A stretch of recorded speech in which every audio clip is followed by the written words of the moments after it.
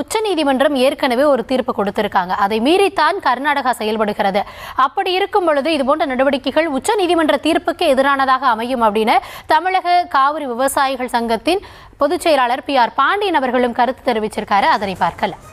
கர்நாடகாவில் மேகதாட்டு அணை கட்டுவதற்கு மத்திய வனத்துறையும் சுற்றுச்சூழல் துறையும் அனுமதி கொடுக்க இயலாத நிலை உள்ளது.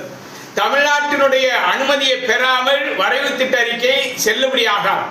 இந்த சூழ்நிலையில் தமிழ்நாடு முதலமைச்சரை வக்ரபுத்தியோடு நயவஞ்சக நடவடிக்கையாக கர்நாடக முதலமைச்சர் DK சிவகுமார் மேகதாட்டை கட்டியே தீர்வு என்று சுருளிக்கிறது. சிவகுமாருடைய அழைப்பை ஏற்று தமிழ்நாடு முதலமைச்சர் பங்கேற்பது உச்சநீதிமன்ற தீர்ப்புக்கு முரணானது. எனவே அவர் பங்கேற்பதை நிராகரிக்க வேண்டும், அவரது அழைப்பை நிராகரிக்க வேண்டும். காவிரியில் உரிய தண்ணீரை காவிரி மேலாண்மை ஆணையம் மூலம் சட்டப்படி பெறுவதற்கான நடவடிக்கை மேற்கொள்ள வேண்டும். ஆணையம் தண்ணீரை பெற்றுக் கொடுக்காவிட்டால் ஆணையத்தின் மீது உச்சநீதிமன்றத்தில் முறையிட வேண்டும். கர்நாடகம் ஆணையம் உத்தரவிட்டு தண்ணீரை தர மறுத்தால் காவிரி டெல்டாவில் ஏற்பட்டிருக்கிற இழப்பீடுக்கு கர்நாடக அரசின் மூலம் இழப்பீடை பெற வேண்டும் என்று காவிரி நடுவர்மன்ற இறுதி தீர்ப்பு வழங்கியிருக்கிறது. அதன் அடிப்படையில் தமிழக முதலமைச்சர் ஜோசப் விஜய் அவர்கள் சட்டப்படியான நடவடிக்கை எடுக்க வேண்டுமே தவிர மாறாக சிவகுமாரோடு பேச்சுவார்த்தை நடப்பது தமிழ்நாட்டில் பெற்ற உரிமையை பறிகொடுப்பதற்கு சமமாகும். எனவே தமிழ்நாடுக்கு எதிராக உச்சநீதிமன்ற தீர்ப்புக்கு முரணாக மேகதாட்டு அணையை கட்டுவேன் என்று சொல்லுகிற நீதிமன்றத்தை அவமதிக்கிற கர்நாடக முதலமைச்சர் DK சிவகுமார் மீது தமிழ்நாடு முதலமைச்சர் உடனடியாக நீதிமன்ற அவமதிப்பு வழக்கு தொடர வேண்டுமே தவிர அவரோடு அமர்ந்து பேசுவது, காவிரி குறித்து பேச முயற்சி எடுப்பது தமிழக விவசாயிகள் நலனுக்கு எதிரானது என்பதை முதல்வர் உணர்ந்து அதனை கைவிட வேண்டும் என்று வலியுறுத்துகிறோம். இது மட்டுமல்லாது நாம் தமிழர் கட்சியினுடைய மாநில ஒருங்கிணைப்பாளர் இடும்பாவனம் கார்த்தி அவர்களும் தமிழக அரசையும் கர்நாடக அரசையும் இது சார்ந்து கடுமையாக விமர்சித்திருக்கிறார். அது மட்டுமல்லாது தமிழக முதலமைச்சர் கர்நாடகா செல்ல வேண்டிய அவசியம் வந்தது என்ன எனவும் கேள்வி எழுப்பியிருக்கிறார். அதனை பார்க்கலாம். காவிரி சிக்கலை பொறுத்த வரைக்கும் ஆளக்கூடிய தாவேக அரசுக்கு அதை பத்தி எந்த புரிதலும் இல்லை. கர்நாடகாவுக்கு எதுக்கு போகணும், போக வேண்டிய அவசியம் இல்லை. ஏன்னா பேச்சுவார்த்தை மூலமா நாங்க தீர்வு காணுவோம், சிக்கலை தீர்ப்போம் அப்படிங்கிறாங்க. இந்த காவிரி சிக்கலை பேச்சுவார்த்தை மூலமாக தீர்க்க முடியாதுங்கிற நிலையை எட்டிய பிறகுதான் தண்ணீர் தகராறு சட்டத்தின்படி காவிரி நடுவர்மன்றம் VP சிங் காலத்தில் 90களில் அமைக்கப்பட்டு காவிரி நடுவர்மன்றத்தோட இடைக்கால தீர்ப்பு, இறுதி தீர்ப்பு, அரசியல் வெளியீடு, அப்புறம் காவிரி மேலாண்மை வாரியம், காவிரி ஒழுங்காற்றுக்குழு, முதல்ல 205 TMC தண்ணி வந்து தமிழ்நாட்டுக்கு தரணும் அப்படின்னு இடைக்கால தீர்ப்புல சொல்லப்பட்டுச்சு.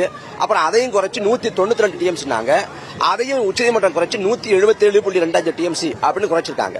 177.25 TMC தண்ணியும் தமிழ்நாட்டுக்கு வந்து கர்நாடக அரசு தர மறுக்குது. கர்நாடகாவில் மிதமிஞ்சிய மழை பொழிவு இருக்குன்னா தண்ணியை தந்து விடுறாங்க, மற்ற காலங்களில் தண்ணியை விட மாட்டேங்கிறாங்க. இப்ப ஜூன் 12 மேட்டூர் அணையிலும் தண்ணி திறந்திருக்கணும் குருவி சாகுபடிக்கு. ஆனா இப்போது வரைக்கும் திறக்கப்படல. கேட்டா வந்து தண்ணி இல்ல அப்படின்னு காரணம் கற்பிக்கப்படுது. அடுத்தது சம்பா சாகுபடி, அதுக்கும் தண்ணி வரப்போறது இல்ல.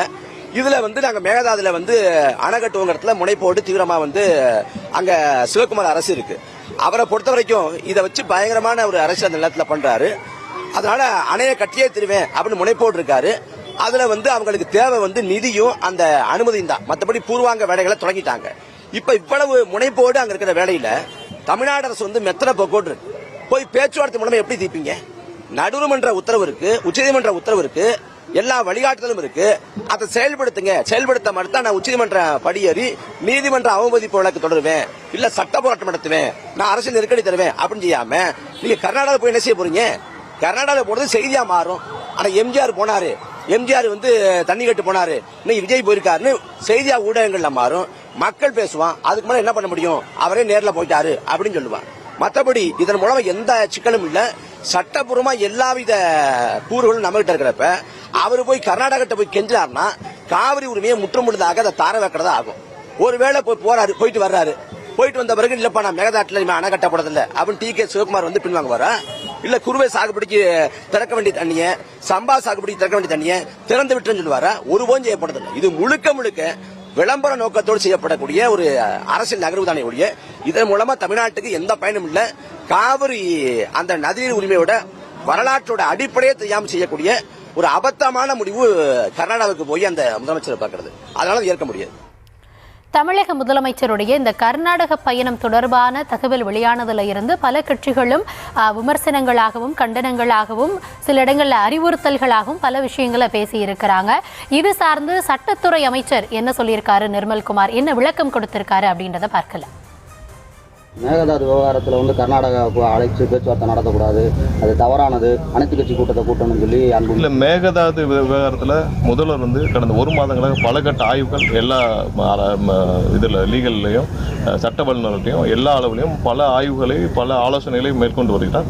விரைவாக அதில் என்ன செய்யணுமோ அதை ஆக்கப்பூர்வமாக செய்யணும். ஏன்னா முன்னாடி அவங்க கடிதம் எழுதுறோட திமுக வெறும் கடிதம் மட்டும் எழுதிட்டு பின்னாடி துரோகத்தை செஞ்ச மாதிரி ஆன விஷயங்கள் எதிர்க்காது. கண்டிப்பாக ஆக்கப்பூர்வமான விஷயங்கள், நமக்கு விவசாயிகளுக்கு தேவையான தண்ணீரை கிடைக்கணும், அதே நேரத்தில் நம்மளுடைய உரிமையை விட்டுக் கொடுக்கக்கூடாது. அதுக்கு தேவையான அனைத்து நடவடிக்கைகளும் முதல்ல ஸ்ட்ராங்காக எடுப்பேன்.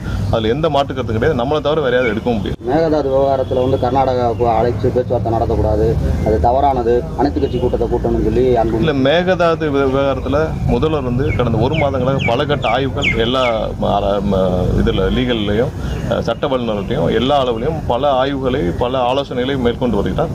விரைவாக அதில் என்ன செய்யணுமோ அதை ஆக்கப்பூர்வமாக செய்யணும். ஏன்னா முன்னாடி அவங்க கடிதம் எழுதுறோட திமுக வெறும் கடிதம் மட்டும் எழுதிட்டு பின்னாடி துரோகத்தை செஞ்ச மாதிரி ஆன விஷயங்கள் எதிர்க்காது. கண்டிப்பாக ஆக்கப்பூர்வமான விஷயங்கள், நமக்கு விவசாயிகளுக்கு தேவையான தண்ணீரை கிடைக்கணும், அதே நேரத்தில் நம்மளுடைய உரிமையை விட்டுக் கொடுக்கக்கூடாது. அதுக்கு தேவையான அனைத்து நடவடிக்கைகளும் முதல்ல ஸ்ட்ராங்காக எடுப்பேன். அதில் எந்த மாற்று கருத்து கிடையாது. நம்மளை தவிர வேற யாரும் எடுக்க முடியாது.